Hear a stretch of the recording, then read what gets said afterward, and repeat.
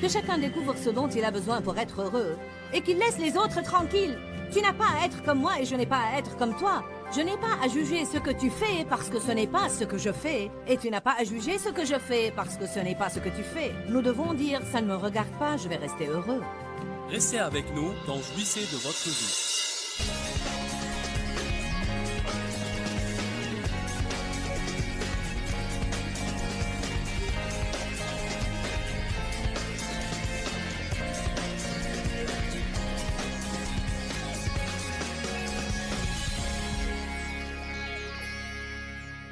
Il faut obéir à Dieu plutôt qu'aux hommes. Dites-le tous, il faut obéir à Dieu plutôt qu'aux hommes. Règle numéro 1, ne laissez pas les autres décider à votre place. Que quelqu'un dise Amen. Règle numéro 2, ne vous comparez pas aux autres. C'est probablement une des choses les plus paralysantes que nous faisons. Nous regardons les autres et nous pensons, je dois te ressembler, je dois agir comme toi. Je dois avoir une silhouette comme la tienne. Pour un homme, ça pourrait être... Je dois avoir des muscles comme les tiens. Si seulement je pouvais chanter comme toi, ou prêcher comme Joyce. Si seulement j'étais un artiste. Si seulement je pouvais écrire une chanson. Vous pouvez souhaiter tout ce que vous voulez, mais vous allez vous ruiner la vie. Arrêtez de vouloir ce que quelqu'un d'autre a et soyez ce que vous êtes. Allez. La Bible nous dit, tu ne convoiteras rien de ce que les autres ont, et convoiter leur beauté... leurs cheveux, leur silhouette, leurs amis, leur conjoint, leur travail, leur fortune, leur talent, leurs dons, tout ceci est un péché. Vous devez être tout ce que vous pouvez être. Je ne vais pas vous le faire lire, mais dans Galates 6, verset 4, il dit « Arrêtez de vous comparer aux autres et faites quelque chose que vous pouvez faire qui sera louable et qui aura l'approbation de Dieu en elle-même. Je ne peux pas chanter comme Charlie, mais je peux certainement prêcher. Amen. Charlie peut prêcher, c'est un bon prédicateur, mais il ne peut pas prêcher comme moi. Amen. Vous pouvez faire des choses que personne d'autre ne peut faire. J'ai dit, vous pouvez faire des choses que personne d'autre ne peut faire, mais si vous voulez faire ce qu'ils peuvent faire, vous n'allez pas faire ce que vous pouvez faire. Comment se fait-il que la similitude nous sécurise alors que nous nous laissons de la similitude? Nous ne voulons pas la similitude. Tout le monde est stéréotypé. Un pasteur doit faire ça, la femme d'un pasteur doit faire ça. Pas nécessairement. Même dans les catégories dans lesquelles nous sommes, il y a toujours des niveaux et des degrés différents. Dieu soit loué. Sûrement que vous avez entendu mes histoires sur la culture des tomates et la couture des vêtements durant l'année que j'ai prise pour essayer d'être une femme ordinaire. J'étais si fatiguée du jugement de tout le monde. Et je me sentais bizarre et étrange et pas à ma place. Vous savez, parfois quand vous avez un appel sur votre vie, ça va vous prendre un moment pour découvrir où est votre place. M'avez-vous entendu? Car vous savez, quelqu'un que Dieu met à part pour son dessein, en fait, vous êtes plutôt mis à part et Dieu ne va pas vous laisser vous mêler et vous impliquer dans les groupes et les parties de café et les groupes de...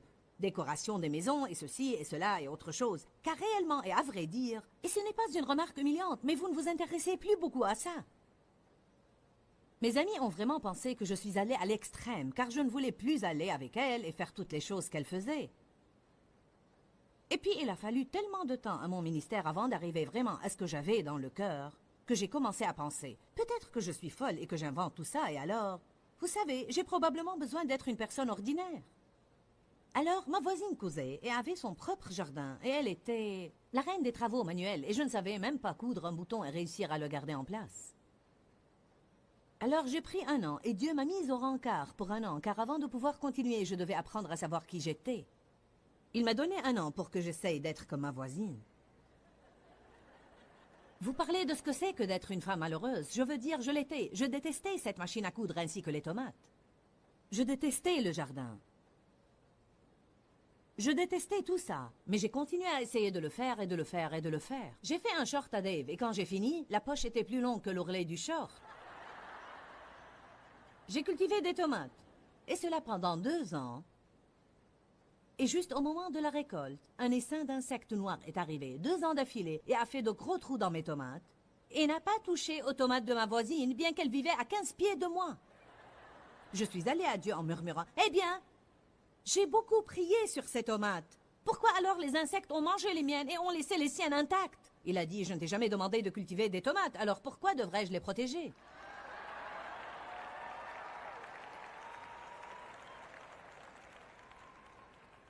Pour vous, ça peut ne pas être les tomates, mais vous pouvez établir le rapport. C'est peut-être un autre truc que vous essayez de faire parce que quelqu'un d'autre que vous connaissez le fait. Et soit que vous vous êtes persuadé, soit qu'il vous a persuadé de le faire. Savez-vous ce que j'ai découvert? Les gens les mieux intentionnés, les gens qui vous aiment, vont essayer de vous pousser à faire ce qu'ils font. Parce que nous voulons tous que tous les autres fassent ce que nous faisons. Vous devez tenir bon, mes chers. Si vous voulez être vous-même, vous devez tenir bon et dire « Désolé, ce n'est absolument pas moi. Je vais prier et réprimer les démons et je vais avoir foi pour vos tomates. Vous pouvez les mettre en conserve et je vais les manger. » J'ai pensé pourquoi donc devrais-je faire toute cette culture, bêcher la terre, désherber, fertiliser, mettre en conserve, suyer, travailler, nettoyer les bocaux, alors que je peux aller au magasin et m'acheter ces trucs, 3 bocaux pour $1. Maintenant, vous voyez que c'est moi. Pour certains d'entre vous, le plus grand plaisir de votre vie, c'est de faire des bocaux de confiture et de mettre en conserve des haricots verts et des pêches. Je pense que c'est... Ils sont super quand ils sont bien rangés. Je veux dire, c'est impressionnant.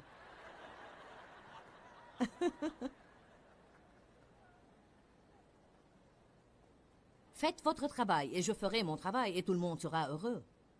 Vous et moi sommes des individus. Et Dieu a un plan individuel pour chacune de nos vies. Numéro 3, n'essayez pas de rivaliser avec les autres. Trouvez votre zone de confort et vivez-y. Cindy, viens ici pour un moment. Je veux un témoignage de toi. Cindy, par exemple, fait les choses beaucoup plus lentement que moi. Ou peut-être que les autres. Cours vite ici et apporte un microphone. Pourquoi tu quittes? Hein? Bon. Donne-leur juste un témoignage rapide de ce que tu as souffert et de ce que tu as enduré, parce que tu es lente et les autres sont plus rapides que toi. Quoi? Oui. Et il te faut longtemps pour faire les choses. Et comment tu as abouti à la conclusion que tu es toi? Eh bien, j'étais vraiment tourmentée par l'idée que j'étais stupide. J'étais stupide parce que je faisais les choses plus lentement que les autres. Puis vous avez les colériques. Les colériques forts, comme maman l'était il y a des années de ça, mais vraiment elle a changé depuis longtemps. Alors les fortes personnalités colériques vont vous faire sentir que vous êtes stupide parce que vous êtes plus lent et qu'elles sont plus rapides. Je me suis finalement acceptée. J'en suis même arrivée à penser dernièrement. Mais même avant ça, je me suis acceptée comme je suis. Je fais les choses plus lentement vraiment parce que je les fais bien. Je veille à les faire bien et parfaitement.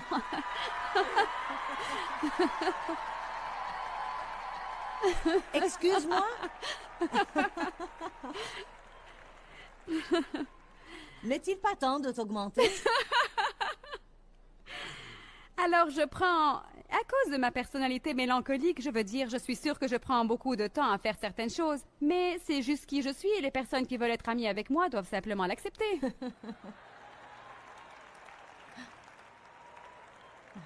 Elle n'essaye pas de les bien faire, mais elle essaye de les parfaire. Il y a une différence. Amen?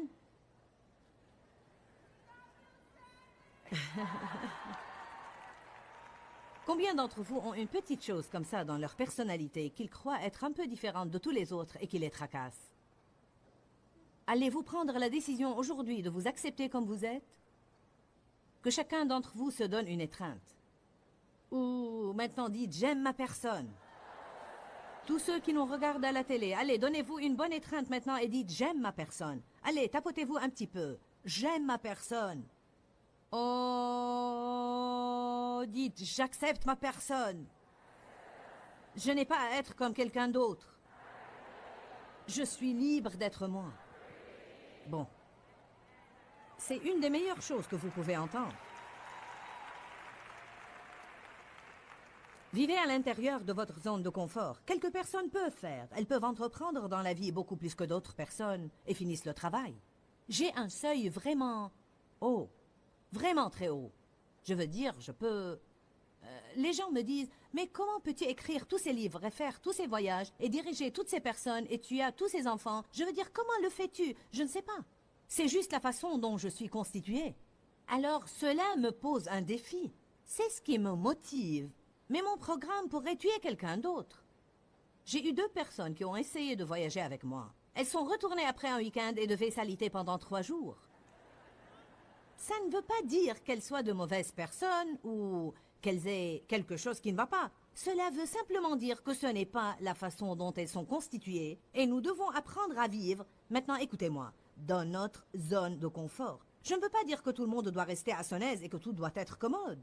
Oui, parfois nous devons nous pousser. Mais je pense que vous ne pouvez pas toujours vous pousser au-delà de ce que vous avez la grâce de faire, car si vous le faites pour assez longtemps, vous allez vous retrouver dans un hôpital. Amen. Peut-être que vous avez une amie qui a un travail à plein temps et qui nettoie sa maison et cuisine 4 repas par semaine et qui est dans 3 comités à l'église. Peut-être que pour avoir un travail à plein temps, vous auriez besoin d'une gouvernante. Et vous ne pouvez être dans aucun comité. Vous ne pouvez rien cuisiner, vous devez manger dans les restaurants tous les soirs. Tout ce que je peux dire, c'est faites ce qui marche pour vous. Amen. Bon sang, ce message vous plaît à tous aujourd'hui, n'est-ce pas? Ma fille a juste eu son 4e bébé, et lorsqu'elle avait 10-12 ans, tout ce qu'elle voulait, c'était se marier et avoir des bébés. Eh bien, elle a eu ce qu'elle désirait. Elle est mariée et elle a des bébés et davantage de bébés. Et alors maintenant qu'elle a eu ce dernier bébé, elle a un peu de mal pour être à la hauteur. Et j'ai dit, cherchons une femme de ménage. Elle a dit, je dois être capable de faire ça. J'ai dit, tu dois en être capable, mais tu ne l'es pas. Alors j'ai dit, eh bien, cherchons quelqu'un pour t'aider 2 nuits par semaine ou pour venir un jour le week-end et faire quelque chose avec les enfants afin que toi et Doug puissiez avoir du temps à vous. Vous savez, au début, il lui était difficile de faire ça parce qu'elle sentait qu'elle n'était pas une bonne maman si elle ne pouvait pas faire tout ça toute seule. Je vous le dis très franchement, nous devons nous situer à notre place. Nous devons trouver notre zone de confort. Elle m'a dit, tu as élevé 4 enfants. Tu as fait ceci et tu as fait cela. Tu prenais le temps de coiffer tes cheveux chaque jour. Tu t'habillais et tu nettoyais la maison et tu cuisinais 2 repas chaque jour. Elle a dit, qu'est-ce qui m'arrive? Rien ne t'arrive, tu es constituée différemment. Elle n'est pas colérique, elle est plutôt résignée et flegmatique. En plus de ça, elle a un bébé de quelques mois et elle allaite ce bébé encore. Et rien que ça prend beaucoup de temps. Alors j'ai dit, hey, tu sais ce que mon but est? Que tout le monde soit heureux. Qui pense que c'est bien? Que chacun découvre ce dont il a besoin pour être heureux et qu'il laisse les autres tranquilles. Tu n'as pas à être comme moi et je n'ai pas à être comme toi. Je n'ai pas à juger ce que tu fais parce que ce n'est pas ce que je fais. Et tu n'as pas à juger ce que je fais parce que ce n'est pas ce que tu fais. Nous devons dire, ça ne me regarde pas, je vais rester heureux.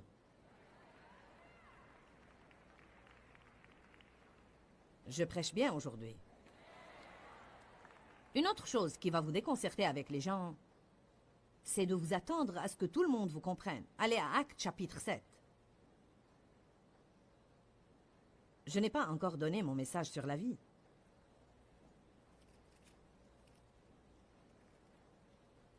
Actes chapitre 7, verset 22. Quand j'ai vu ça, ça m'a vraiment aidé, car lorsque j'ai été appelée au ministère, beaucoup de gens ne m'ont pas comprise. Beaucoup de gens ont mal compris ma personnalité, car si vous êtes appelé à faire une chose, vous êtes constitué d'une certaine façon pour cela, et alors les gens ne vous comprennent pas. Qui ici aujourd'hui a jamais souffert d'être mal compris? N'est-ce pas stupéfiant? Je réfléchissais ces derniers temps, vraiment je pense à ça bien souvent. En tant que personne, nous avons un besoin profond d'être compris. L'autre jour, j'ai dit quelque chose à Dave. Il y avait une chose qui me tracassait, et j'en ai parlé à Dave, et il a dit « Je comprends ». Peu importe s'il comprend ou non, j'avais juste besoin d'entendre ça. Je ne pense pas qu'il y ait trop d'hommes qui comprennent une femme. Mais si votre femme vient à vous et dit « J'avais envie de pleurer toute la journée », homme, épargnez-vous les ennuis et dites simplement « Je comprends ».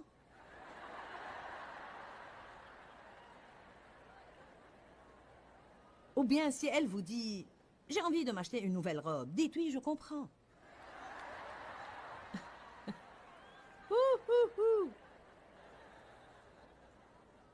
Vous savez, quand je finis ces conférences, je suis émotionnellement épuisée. Et j'ai toujours besoin de quelque chose pour mes émotions. Peu importe si je m'achète des boucles d'oreilles ou un cône de crème glacée, j'ai besoin de quelque chose pour stimuler mes émotions. Un massage ou un soin de visage ou quelque chose qui va m'aider. Dave a besoin d'aller jouer au golf. Je n'ai pas besoin de jouer au golf. J'ai besoin d'une chose différente. Nous devons tous découvrir ce dont nous avons besoin et nous devons satisfaire ces besoins et vous devez laisser les autres satisfaire leurs besoins et les aider à le faire. Savez-vous ce que nous faisons si souvent dans les relations et qui n'est pas bien? Nous donnons aux autres ce dont nous avons besoin. Ils n'ont pas besoin de ça. Alors ils rejettent ce que nous essayons de leur donner et nous sommes exaspérés parce que nous pensons que nous essayons de les aider et qu'ils nous rejettent. Qui comprend cela? C'est pour ça que nous offrons aux gens des cadeaux qui ne leur plaisent pas, car nous ne leur donnons pas ce qu'ils veulent et aiment. Nous leur offrons ce que nous voulons et aimons. Je reçois des choses qui sont d'une couleur que je ne mettrai jamais. Je ne pourrai jamais les mettre.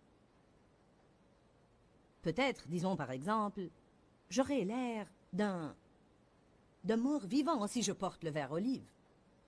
Certaines personnes aiment cette couleur et elle leur va à merveille. Vous savez, dans le truc des couleurs, si vous avez les cheveux roux, quoi que vous mettiez, ça vous ira bien. Mais j'aurais vraiment l'air d'un mort vivant si je mettais ça. Pourtant, quelqu'un m'offrira une jaquette vert olive ou un chemisier vert olive. Pourquoi? Parce qu'il est allé faire ses courses et il a aimé ça. Si vous voulez acheter une chose pour quelqu'un, regardez-le.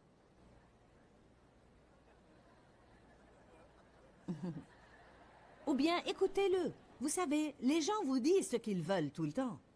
Mais nous ne leur donnons pas ce qu'ils veulent, car ce n'est pas une chose que nous aurions voulu. Acte 7, 22. Prenez l'habitude de dire aux gens « Je comprends. Je comprends. »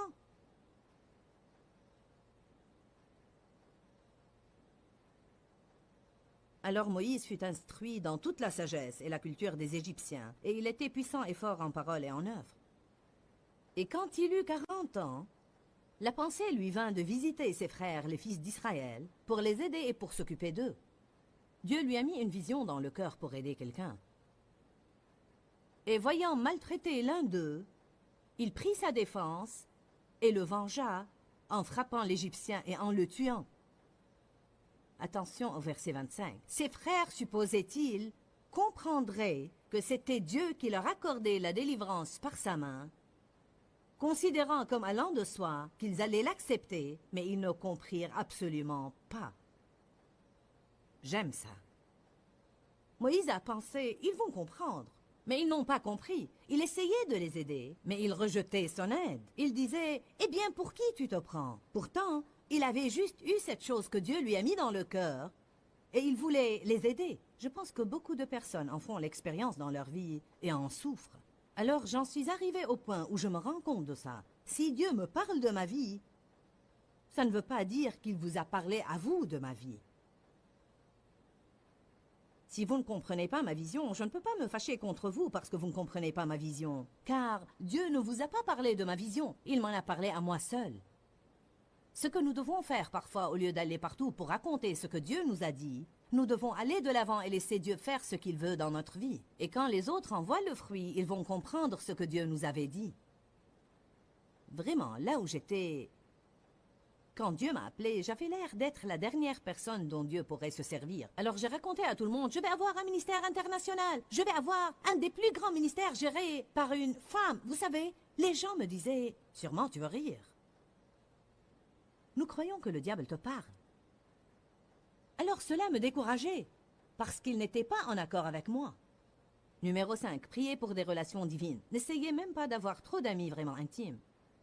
Nous avons besoin d'un peu d'eux, mais pas de trop. Essayez d'avoir trop d'amis, fait de nous un mauvais ami à tout le monde. Le saviez-vous? Cela semble un peu étrange, mais Jésus avait les 12. Et puis il y avait Pierre, Jacques et Jean. avec qui il avait évidemment un genre de lien différent de celui qu'il avait avec les autres.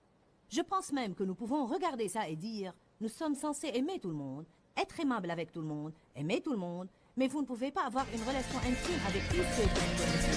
Si vous essayez de...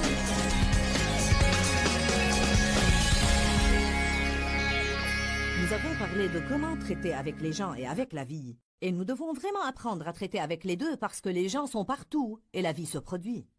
Nous avons enseigné sur 10 façons ou attitudes que nous pouvons adopter en traitant avec les gens et qui vont vraiment nous aider à jouir de notre vie et ne pas être bouleversés par chaque chose bouleversante qui arrive. M'avez-vous entendu? Vous pouvez avoir des choses bouleversantes qui arrivent. Vous pouvez même avoir des personnes bouleversantes dans votre vie et pourtant ne pas être bouleversés. Nous nous demandons si souvent, pourquoi cette personne est-elle dans ma vie? Et parfois ces personnes qui sont difficiles à vivre et difficiles à s'entendre avec sont précisément les outils dont Dieu se sert pour nous changer et développer un caractère pieux dans notre vie. Parfois vous sentez comme si une personne est un papier de verre pour vous, mais rappelez-vous simplement qu'elle est en train de vous polir et de vous amener à un point où Dieu peut se servir de vous et faire pour vous ce qu'il avait l'intention de faire pour vous depuis... Pourquoi Seigneur, pourquoi? Dans ce livret, Joyce Meyer nous enseigne à travers la parole comment être délivré de la confusion. Pour obtenir ce livret gratuitement, écrivez-nous à Joyce Meyer, boîte postale 40095-6300 Larnaca, Chypre.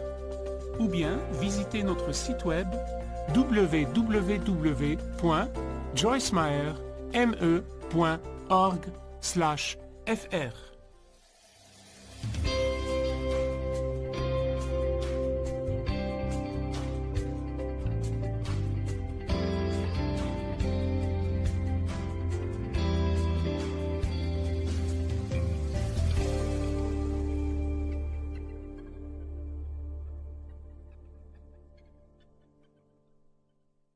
Ce sont toutes ces règles et ces réglementations religieuses et toutes ces formules selon lesquelles on vit en tant qu'être humain qui rendent le christianisme épuisant et lassant. Si l'on suit ce que l'Esprit de Dieu nous guide de faire, alors devinez quoi? L'Esprit de Dieu nous donnera la force de faire tout ce qui nous conduira à faire. Bienvenue à La Vie dans la Parole avec Joyce Meyer. La Vie dans la Parole est un ministère d'entraide basé sur un enseignement solide et pratique pour une application de la parole de Dieu. Votre réponse est dans la parole de Dieu. Et laissez-moi vous dire, le Seigneur est capable de vous guérir là où vous souffrez. La Vie dans la Parole est un ministère international qui atteint le monde par le cœur de Dieu. Et voici aujourd'hui pour vous l'occasion d'expérimenter la vie dans la parole avec Joyce Meyer.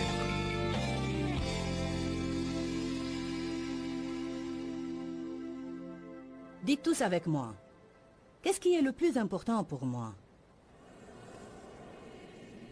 Quelle est ma première priorité?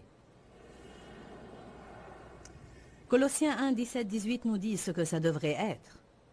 Je voudrais lire ces versets à chaque session, parce que c'est par la répétition que ces vérités sont intériorisées. Je veux que cette parole devienne importante pour vous. Éternel, nous te remercions pour la parole. Nous te louons pour ton Esprit Saint qui œuvre par la parole, pour convertir les cœurs, transformer les vies et changer le comportement. Ouvre tout cœur, Seigneur, et fais que nous recevions ce que tu nous donnes aujourd'hui. Au nom de Jésus. Amen. Colossiens 1, 17. Il est lui avant toute chose. Et ça le rend plus important que tout, parce que ce qui vient en premier est plus important que ce qui vient en second. Colossiens 1, 17. Il est lui avant toute chose, et toutes choses subsistent, sont maintenues et unies en lui. Alors, Jésus est tellement important que la Bible dit « tout est maintenu en lui ». En d'autres termes, si l'on retirait Jésus, tout se désintégrerait, se corromprait et serait détruit. Il maintient tout ensemble. Verset 18. Il est la tête du corps qui est l'Église. Il est le commencement, le premier-né d'entre les morts, afin que seul, en tout et à tout égard, il tienne le premier rang, soit premier et ait prééminence. Donc, ça veut dire lui seul en tout doit tenir la première place. Comment peut-on déterminer nos priorités? Tout d'abord, alors que je préparais cette série, Je sais à quoi les gens s'attendent quand vous dites que vous allez faire une série sur les priorités. Ils s'attendent à avoir une formule sur comment définir l'ordre de leurs priorités. Tant de temps attribué à Dieu, tant de temps à la famille, tant conservé pour le travail, tant gardé pour le ministère, et tant pour moi, quelque part là, au bas de la liste. Mais vous savez, Jésus n'est pas mort pour qu'on vive selon des formules. Il est mort pour qu'on puisse avoir le droit, payé en sang, d'être dirigé par l'Esprit Saint qui demeure dans le cœur du croyant. On n'est pas guidé par des choses extérieures, règles ou réglementations, comme les croyants de l'Ancien Testament. Mais on est guidé par l'Esprit de Dieu qui demeure à l'intérieur de nous. L'Esprit de Dieu est créatif et il maintient la fraîcheur. Si je suis toujours sous la direction de l'Esprit Saint, je garderai mes priorités dans le bon ordre. Je m'assurerai que mon temps avec Dieu est régulier. Je m'assurerai que mon temps pour la famille est préservé. Mon mari n'a pas besoin de moi pour faire la même chose tous les jours. Je peux donc être guidée à faire une chose un jour et autre chose un autre jour. Je n'ai pas besoin d'avoir une formule. Chaque semaine, je vais passer un tel nombre d'heures avec Dave. Et chaque semaine, le mercredi soir, nous allons sortir dîner. Je ne vous dis pas que vous ne pouvez pas faire tout ça, mais franchement, je ne veux pas vivre ma vie comme ça. Je veux être animée par l'esprit. Je veux être sensible aux périodes où Dave et moi avons besoin de temps supplémentaire ensemble. Alors je dirais, allons faire ça, ainsi ce sera frais et amusant. Je ne veux pas m'asseoir et parler à Dave tous les soirs à 6 heures.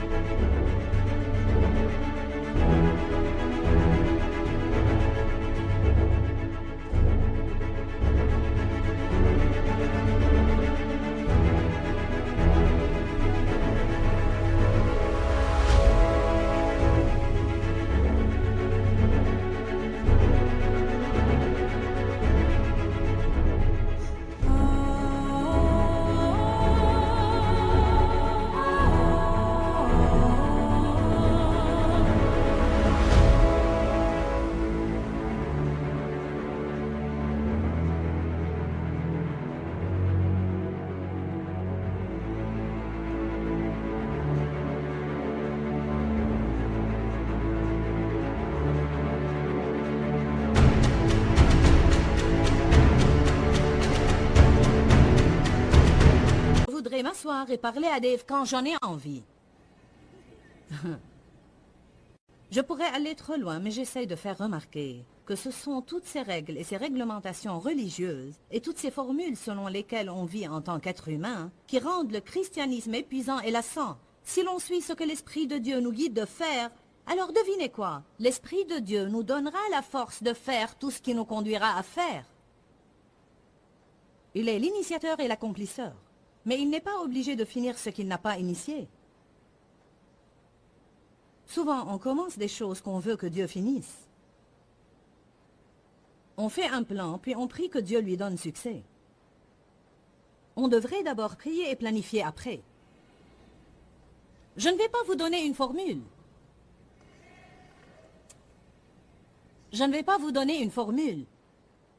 Mais je vais vous apprendre comment suivre la direction de l'Esprit Saint et je vais vous apprendre à rendre prioritaire ce qui est pour Dieu une priorité.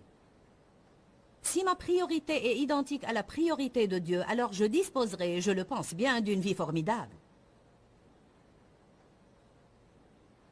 Parfois, on a une trop haute opinion de nous-mêmes. On pense qu'on est un peu plus spirituel qu'on ne l'est vraiment. On pense qu'on a des choses un peu plus en ordre qu'on ne les a vraiment. Je suis grandement en faveur de regarder la vérité en face. Je crois que c'est uniquement par la vérité qu'on est affranchi. Ce n'est qu'en réalisant où je suis maintenant que je peux passer au niveau suivant, là où je voudrais être. Qui de vous veut monter plus haut? Très bien. Alors vous devez devenir honnête. Dites tous honnête. Vous devez honnêtement reconnaître où vous êtes en ce moment. Ce qui est d'habitude assez pénible. S'il y a quoi que ce soit de déplaisant, c'est d'être confronté par la vérité à notre sujet. En fait, on pense tous qu'on est super. On a tout très bien arrangé. La meilleure vie de prière qui soit, le plus grand ceci et le meilleur cela. Personne n'est en avant de nous et l'on est premier en tout. Tout d'abord, si on veut savoir vraiment où sont nos priorités, on n'a qu'à examiner ce qu'on fait de notre temps. Si vous passez 1 heure par semaine en prière et 14 heures à jouer au golf, alors le golf est votre priorité et pas Dieu. Si vous passez 30 minutes par semaine à prier et 30 à étudier la parole, mais vous passez 14 heures à regarder la télé, alors la télé est votre priorité, pas Dieu. Je comprends que vous devez passer 40 heures au travail et vous n'allez pas passer 40 heures à prier. Mais même ça, vous pouvez le faire avec Dieu. Même lorsque vous allez jouer au golf, ou vous jouez au baseball, ou quoi que soit ce que vous aimez faire, vous pouvez incorporer Dieu dans tout ce que vous faites, à tel point que vous pouvez en venir à dire « je prie sans cesse » et je ne pourrai pas vous dire combien de temps je passe avec Dieu chaque jour parce qu'il est avec moi tout le temps, dans tout ce que je fais. À mon avis, un de nos gros problèmes, c'est que nous cloisonnons Dieu et nous séparons le séculaire du sacré. On pense que certaines choses sont du domaine religieux et donc qui concernent Dieu. Mais ces autres choses sont des choses que Dieu n'en a rien à faire et donc on doit s'en occuper nous-mêmes. C'est l'une des plus grandes erreurs que les croyants font. Dieu doit être notre priorité en tout ce qu'on fait. Quand je m'habille le matin, je ne veux rien mettre qui ne va pas glorifier Dieu ce jour-là. Je ne veux rien mettre qui ait une coupe trop basse ou qui soit trop transparente, ou si courte que lorsque je m'assieds, on peut voir bien plus de moi qu'on ne l'est supposé. Je ne veux rien mettre qui soit vraiment si ample sous le bras que quand je soulève mon bras, on peut voir des choses qu'on ne doit pas voir. Être habillé d'une façon décente devrait avoir une certaine priorité. Je suis stupéfiée de voir ce que certains portent pour sortir, et encore plus stupéfiée de voir ce qu'ils portent pour venir à l'église.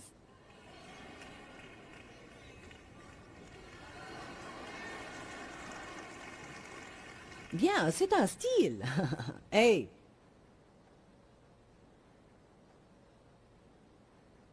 Mais ce n'est pas le style du royaume.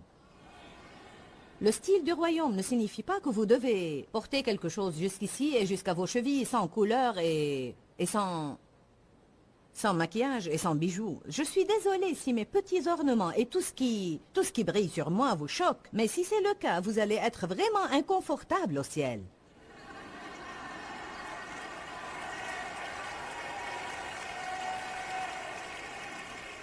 J'aime bien cet assortiment. Regardez-moi ça.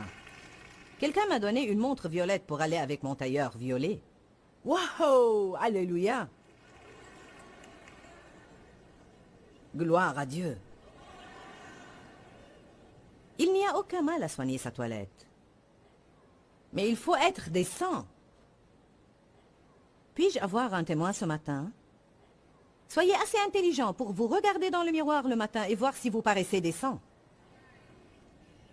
Sortir de façon à représenter Dieu devrait plutôt être une priorité. Ainsi, si je fais cela, si je m'habille pour glorifier Dieu, alors vous voyez, Dieu est ma priorité en m'habillant.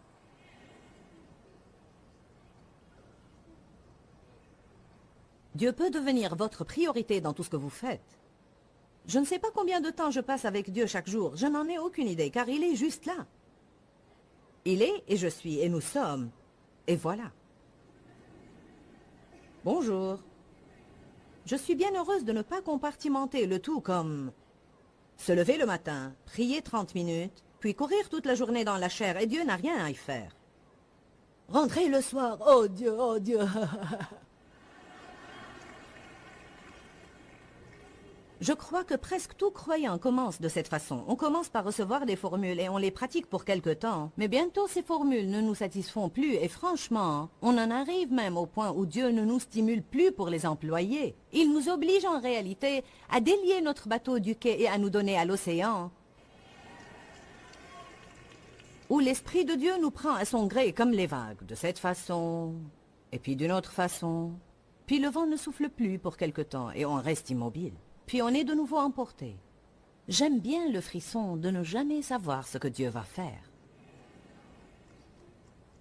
Certains n'aiment pas ça car ils veulent prendre tout en main. Vous voulez avoir un plan et exécuter ce plan. Oui, vous vous exaspérez quand quelque chose se passe qui interrompt votre plan. Wouhou! Autant marqué au travers de votre vie hyper tendue parce que Dieu quotidiennement est en train de faire des choses que vous ne pouvez pas contrôler. Merci Jésus. Alléluia.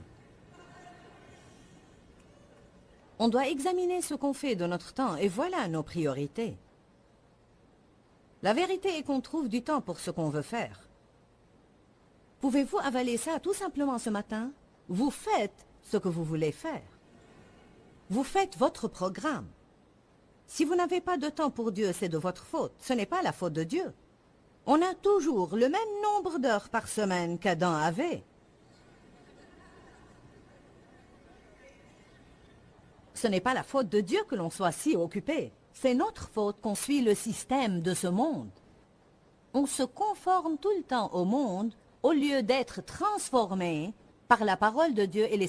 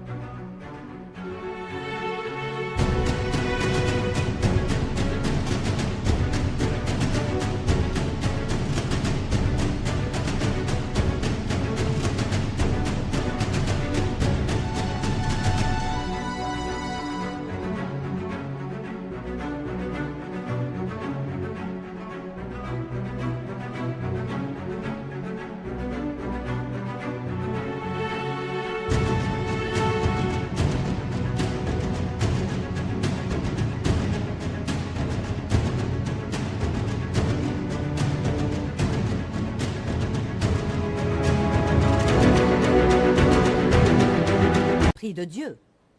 Beaucoup de ce que tu fais, tu n'as pas besoin de faire. Beaucoup de ce que je fais, je n'ai pas besoin de faire. Je suis toujours, chaque jour en train d'essayer de faire des changements dans ma vie car je suis trop occupé. Je ne veux pas être seulement occupé, je veux porter des fruits. Ainsi, êtes-vous occupé ou portez-vous des fruits? On arbore nos occupations comme une médaille. Maman, je suis désolée car je ne t'ai pas appelé depuis 6 mois, j'étais occupée. Seigneur, je suis désolée de ne pas avoir prié, j'étais occupée. Pasteur, je suis désolée de ne pas être venu à l'église, j'étais occupée. Vous apercevez vos amis dehors. Oui, j'ai voulu vous appeler, mais j'étais si occupée. Oui, j'ai dit que je t'appellerais pour déjeuner, mais j'ai été si occupée. Je suis occupée, je suis occupée, je suis occupée, occupée. Si tu m'aimes, ne sois pas trop occupée pour moi. J'ai voulu te remercier pour ces merveilleuses prévenances que tu as pour moi, mais j'ai été si occupée. Je suis sûre que tu comprendras. Non, je ne comprends pas. Je ne comprends pas pourquoi on ne remet pas les choses qui devraient être importantes pour nous en première place et on ne cesse pas de se donner à toutes ces choses qui ne valent vraiment rien. Bonjour. Mais je suis tellement occupée. C'est devenu pour moi un sujet préféré cette dernière année. Et ça m'aide à changer. Ainsi même, si vous n'en avez pas besoin, je vais me le prêcher à moi-même, car je dois changer dans ce domaine. Alors si on est tellement occupé et si stressé qu'on devient renfrogné et grincheux tout le temps avec ceux qui nous entourent, alors on justifie notre aigreur et notre carence du fruit de l'esprit par l'excuse. Je suis très occupée. Je sais que je ne devrais pas être tellement revêche et difficile à supporter, mais je suis tellement occupée.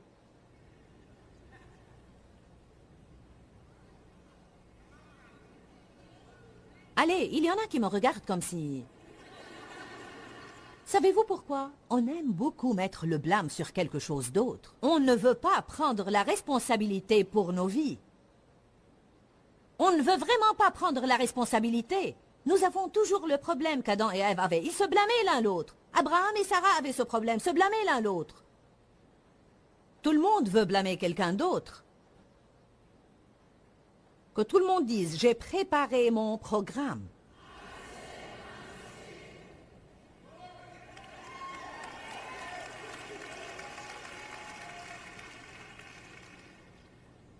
Qui sait ce que les cisailles de taille sont?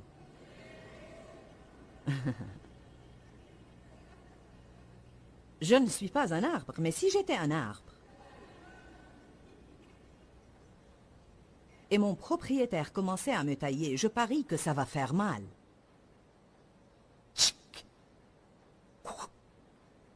Je veux que tu m'apportes une paire de cisailles de taille et la mettre dans la boîte d'accessoires. Ça aurait été plus efficace si je les avais ici ce matin. Qu'est-ce qu'on découpe? Des arbres? Parfois de jolies pousses. Non seulement les branches mortes, mais aussi celles qui poussent dans la mauvaise direction.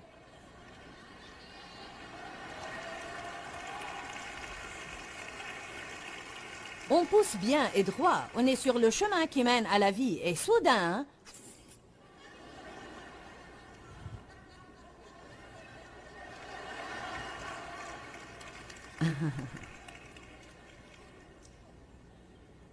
Ainsi, le vigneron, et vous savez que Dieu s'appelle le vigneron, il doit sortir ses cisailles de taille et... Non! Ça gâche ta beauté. Et tous ces petits surgeons qui partent du pied de l'arbre, ne sont-ils pas vraiment mignons? Ils sont vraiment ravissants. Mais si vous ne les coupez pas, ils sucent la vie de l'arbre et empêchent l'arbre de grandir. La Bible nous appelle des térébintes de la justice, une plantation de l'Éternel, pour servir à sa gloire. Certains d'entre vous ont trop de ces surgeons mignons. Allez, je parle à quelqu'un ce matin.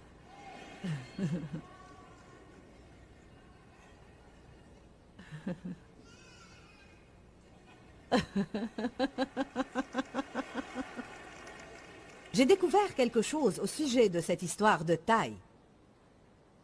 Car Jean chapitre 15 dit, « Si vous ne portez pas de fruits, il vous taille, parce que vous prenez de la place.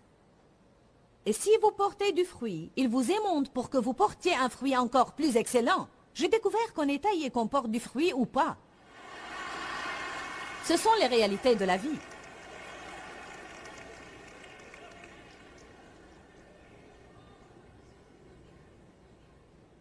Dieu pourchasse certains d'entre vous avec ses cisailles de taille et vous faites de votre mieux pour fuir. Vous pierrez d'un coin à l'autre et Dieu...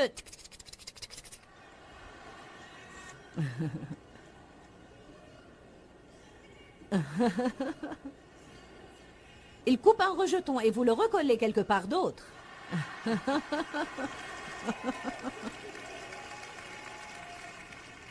Une fois coupé de la vigne, le sarment est chose morte et sans vie. Ainsi vous avez tous ces trucs morts suspendus de partout.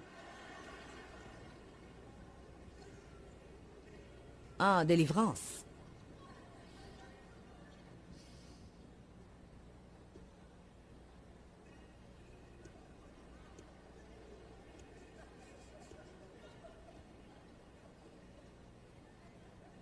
Que tout le monde dise « je dois changer ».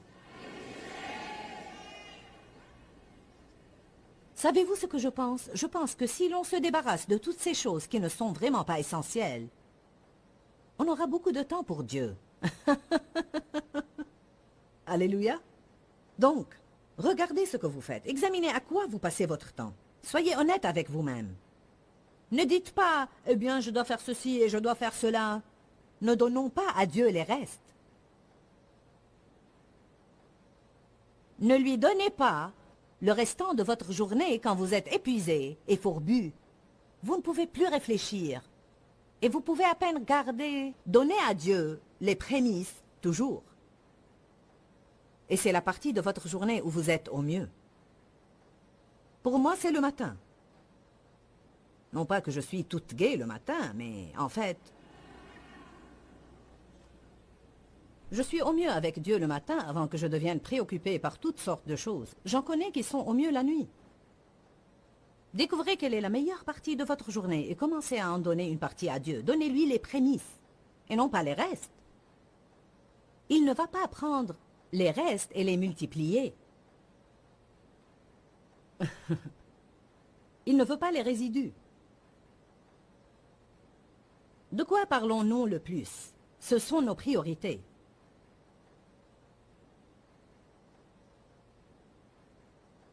De quoi vous vous voyez parler? De vos problèmes?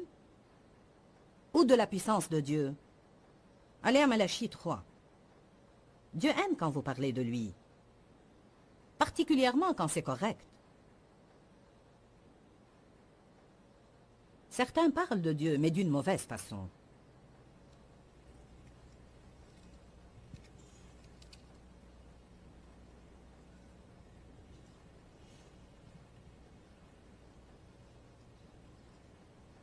Malachie 3, verset 13. Tout d'abord,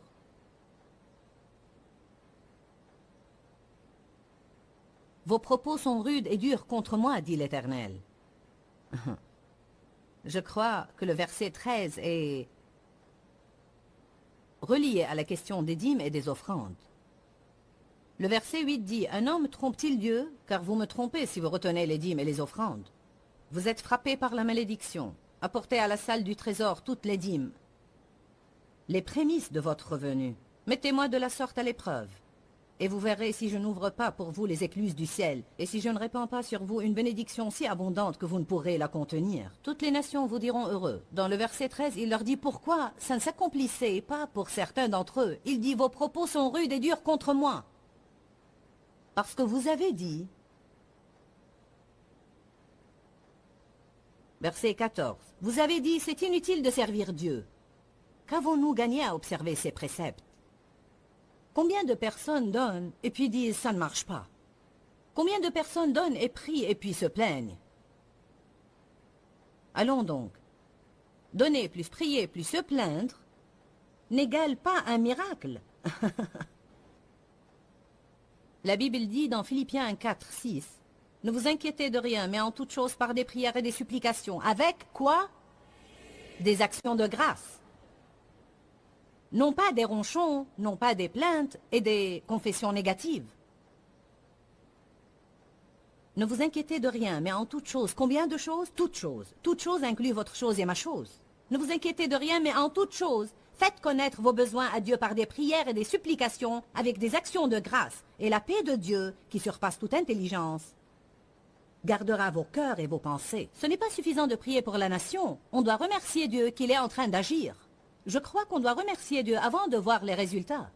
Je ne pense pas que ça serve à grand-chose de prier pour votre mariage si vous n'allez pas remercier Dieu qu'il travaille. Ça ne sert à rien de prier pour votre mariage et puis sortir déjeuner avec vos amis et ne parler que du fouillis dans lequel votre mariage est.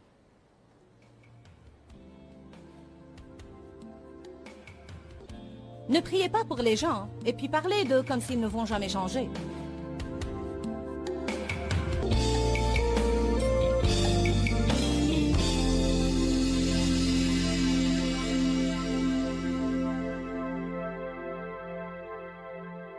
Vous savez, vous pourriez profiter de quelque chose que Dieu m'a dit personnellement. Il m'a dit, Joyce, ne travaille pas plus dur, mais plus intelligemment. Personnellement, je crois qu'on peut en faire plus, et peut-être même en moins de temps. Et cela si on sait vraiment ordonner nos priorités et maintenir les choses de premier rang à la première place dans notre vie. Sur le programme de demain, nous allons avoir Kurt et Brenda Warner avec nous. Kurt est le quarterback de l'équipe de rugby Rams de St. Louis. Il est devenu très connu. Lui et Brenda sont des chrétiens merveilleux.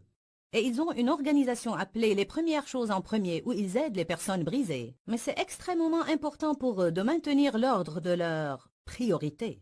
Je crois que chacun de nous a besoin de faire une priorité, de maintenir l'ordre de nos priorités dans notre vie. Dis-leur que je les aime. Dans ce livret, Joyce Meyer donne une révélation de l'amour de Dieu pour nous. Pour obtenir ce livret gratuitement, écrivez-nous à Joyce Meyer, boîte postale 40095-6300 Larnaca, Chypre. Ou bien visitez notre site web www.joycemeyer.org.